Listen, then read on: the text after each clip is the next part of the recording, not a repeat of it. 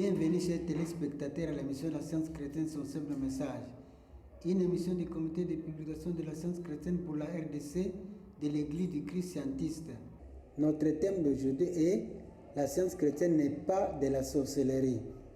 Notre invité d'aujourd'hui c'est M. Ramazani Moulanda, rédacteur en chef et producteur de l'émission Santé mentale et développement. Bonjour M. Ramazani. Bonjour M. Makengo. M. Makengo, je voudrais avoir des éclairages sur plusieurs questions. Mais la première, je voudrais savoir si le monde spirituel a un impact sur le monde physique. Et cet impact est-il positif ou négatif? Avant de répondre à toutes ces questions, j'aimerais d'abord dire que les idées que nous allons partager durant l'émission sont tirées de la Bible. Nous avons ici la version Louis II de 1910 et des Sciences et Santé avec la clé des Écritures de Mary Baker Eddy, qui est le livre d'études de la science chrétienne. Les deux livres ensemble constituent le double pasteur de l'Église du Christ scientiste. Pour revenir à votre question, est-ce qu'il y a une relation entre le monde spirituel et le monde physique? Oui, il y a une relation entre le monde spirituel et le monde physique. Parce que nous sommes dans le domaine de la pensée. C'est de l'intérieur que nous pouvons changer le monde extérieur. C'est dans notre pensée que nous pouvons modifier notre monde physique, notre corps ou même toutes les circonstances qui l'entourent. Donc la pensée a un impact sur notre vécu quotidien. Cet impact est positif ou négatif? Oui, l'impact peut être positif si nos pensées sont en harmonie avec Dieu, comme c'était le cas de Christ Jésus. Grâce à ses prières, il gardait une communion consciente avec Dieu et il reflétait le pouvoir divin. Ses pensées donc apportaient des bénédictions, des guérisons et des solutions aux problèmes. Tandis que si nos pensées ne sont pas en harmonie avec Dieu, nous pensons mal, cela nous pose des problèmes. Ces pensées peuvent provoquer la maladie, les désordres ou des troubles tout autour de nous dans notre vécu quotidien. Et là, je comprends que vous voulez dire que notre façon de penser a un effet direct sur notre corps et notre santé. Oui, notre façon de penser a un effet direct sur notre corps et sur notre santé. Parce que nos pensées déterminent ce que nous sommes réellement. Vous vous rappelez que Jésus disait, ne regardez pas aux choses défendues. Quand on regarde des choses de pensée, c'est mauvais. Et les mauvaises pensées causent du tort. Mary Baker Eddy, dans ses enseignements, explique que même notre corps a des relations avec la pensée. Elle en parle à la page 208, si je peux lire cela pour le public. Elle dit ceci: votre corps est inclus dans votre pensée. Et puis il nous montre qu'est-ce que nous devons faire. Et vous devriez dessiner sur ce corps des pensées de santé, non de maladie. Vous devrez bannir toutes les pensées des maladies et des péchés, ainsi que toutes les autres croyances comprises dans la matière. Donc grâce à la prière, comme Jésus le faisait, nous pouvons améliorer nos pensées en gardant la communion avec Dieu, et ces pensées-là divines qui nous seront communiquées apportent des bénédictions. Là, vous allez lire dans Sciences et Santé. Est-ce que dans la Bible, il y a certains versets bibliques qui corroborent ce que vous êtes en train de dire? Oui, les écrits de Sciences et Santé sont inspirés de la Bible fondamentalement. Je prends par exemple, il y a beaucoup d'illustrations qui montrent la relation entre notre façon de penser et notre vécu quotidien. Je prends par exemple l'illustration de Moïse. Quand il est allé, Dieu lui a envoyé de libérer les enfants d'Israël. Dieu lui a donné des signes parce qu'il avait peur. Pour éliminer sa peur, Dieu lui a donné des signes. L'un des signes était de jeter sa canne par terre. Et quand il a fait devant Pharaon, la canne était devenue un serpent. Mais Pharaon aussi a appelé ces enchanteurs, tous ces sages qui étaient auprès de lui. Ils ont fait la même chose, ils ont jeté leur canne par terre et c'était devenu des serpents. Mais alors, c'était comme match nul. Mais Pharaon semblait être au-dessus parce qu'il avait beaucoup de serpents. Mais Moïse, qui était envoyé par Dieu, avait confiance en Dieu qu'il a envoyé. Et ni Moïse, ni Pharaon, personne ne savait ce qui allait se passer. Finalement, les serpents de Moïse a avalé tous les autres serpents. Et Moïse a compris que ce qu'il voyait comme plusieurs serpents, ce n'était pas des serpents vrais.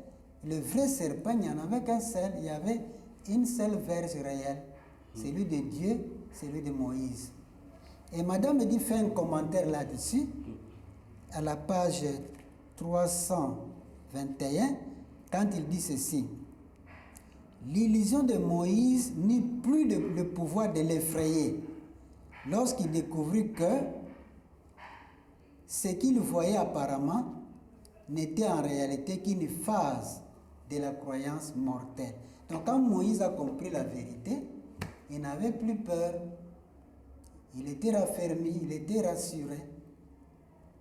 Donc ce qu'il voyait, ce n'était pas un monde physique extérieur, mais c'était un état de conscience, un état subjectif. C'est une bonne illustration pour montrer que l'intérieur peut modifier l'extérieur. Comment pouvez-vous répondre aux gens qui disent que la science chrétienne, c'est de la sorcellerie ou bien c'est de la science occulte? C'est par ignorance qu'ils disent ça. Ceux qui pensent que la science chrétienne, c'est de la sorcellerie, c'est par ignorance, par manque d'information. La sorcellerie, c'est l'usage des pensées entraînées qui cherchent à nuire. Tandis que la science chrétienne, c'est l'enseignement de Jésus-Christ vécu. Les enseignements tirent leur origine dans la Sainte Bible, spécialement les enseignements de Jésus-Christ, comme par exemple les 10 commandements de Moïse qu'il résume en 2. Aime Dieu, aime ton prochain. Les béatitudes, dans Matthieu chapitre 5 au verset 1 jusqu'à 12, où il parle des vertus d'un bon chrétien, la pureté de cœur, la soif spirituelle, la pureté, la miséricorde. Ces qualités, ces vertus du bon chrétien doivent être vécues, sont des bonnes pensées qui sont semblables au Christ, qui sont semblables à Dieu. Il termine les béatitudes par le chapitre 5 en nous disant d'être parfait comme Dieu. Soyez donc parfaits comme votre Père céleste est parfait. Jésus nous invite d'être semblables à Dieu, de garder la perfection divine en nous-mêmes pour que nous soyons ses enfants bien-aimés. Alors, donc il n'y a pas de rapport entre les deux. La sorcellerie, souvent, les gens utilisent la pensée pour nuire. En science chrétienne, la pensée qui est christianisée, qui est spiritualisée, qui est semblable au Christ, grâce à la prière, cette pensée améliore les conditions de vie.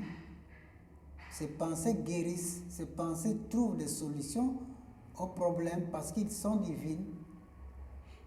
Avant qu'on continue, je voudrais que vous puissiez m'éclairer sur la différence entre science chrétienne, guérison par la science chrétienne et guérison par miracle. Est-ce que c'est la même chose? Ce n'est pas la même chose. Les miracles par nature, par définition, c'est ce qui vient par hasard. Qui ne s'explique pas souvent. Qu'on ne sait pas expliquer. La guérison en science chrétienne est basée sur des vérités spirituelles qui sont dans la Bible, que Jésus a appliquées, et qui peuvent être enseignées, expliquées, et non seulement enseignées, expliquées, mais qui peuvent être démontrées par celui qui s'intéresse à les apprendre. C'est une connaissance qu'il faut savoir. Que tout le monde peut apprendre. Que tout le monde peut apprendre. C'est pourquoi on l'appelle science, c'est-à-dire connaissance. Elle est chrétienne parce qu'elle est basée sur les enseignements du Christ. Les enseignements du Christ qui nous montrent comment vivre une bonne vie, comment vivre une vie chrétienne. Et leur fondation, c'est l'amour. L'amour qui est la fondation du christianisme. Donc la prière en science chrétienne ne peut pas causer du tort. Ça bénit, ça donne la rédemption du pécheur et la guérison des malades. Et les hommes, grâce à ces prières, ils peuvent trouver des solutions complexes aux problèmes qui se posent dans la vie. Actuellement, les gens vont à l'église, ce n'est pas parce qu'ils craignent Dieu, mais parce qu'ils craignent la sorcellerie. Dans certaines églises, on te dit que si tu ne viens pas à l'église, si tu ne donnes pas la dîme, les sorciers vont te faire perdre ton mari, tu vas perdre ton boulot, tu vas perdre tes enfants. Est-ce que les scientifiques chrétiens craignent aussi la sorcellerie comme les autres? En principe, tout chrétien qui suit les enseignements de Jésus-Christ ne peut pas craindre le mal sous toutes ses formes, qu'il se présente sous forme de sorcellerie ou sous une autre forme. Parce que Jésus-Christ lui-même enseignait, vous connaîtrez la vérité et la vérité vous affranchira, la vérité vous rendra libre. La connaissance du christianisme tel que Jésus l'a enseigné nous rapproche de Dieu. Le vrai christianisme. Oui, le christianisme nous rapproche de Dieu, nous montre comment nous sommes créés à l'image et à la ressemblance de Dieu, comment Dieu nous aime et que nous sommes ses enfants bien-aimés, nous sommes sous sa garde, sous sa protection. Comme le disent les psaumes 91, celui qui demeure sous la paix du Très-Haut repose à l'homme du Tout-Puissant. Si dans la prière nous entretenons des pensées qui sont semblables à Dieu, au Christ, grâce au Christ, alors nous pouvons améliorer notre façon de voir la relation qui nous unit à Dieu. En ce moment-là, la peur disparaît quand nous voyons la présence de Dieu partout. Quand nous nous sentons proches de Dieu, nous n'avons rien à craindre. Ensuite, Dieu a créé, a déclaré sa création. Dieu a déclaré sa création parfaite. Et dans cette création parfaite, l'homme est inclus. Parce que l'homme est créé à l'image et à la ressemblance de Dieu. Et Dieu a créé la Bible nous dit au premier chapitre de la Genèse qu'après avoir créé tout, il a créé l'homme et la femme à son image, à sa ressemblance. Et le chapitre termine au verset 31 disant que tout ce que Dieu vit, tout ce qu'il avait fait, et cela était très bon. Donc la création de Dieu qui est parfaite inclut aussi l'homme créé à l'image et à la ressemblance de Dieu.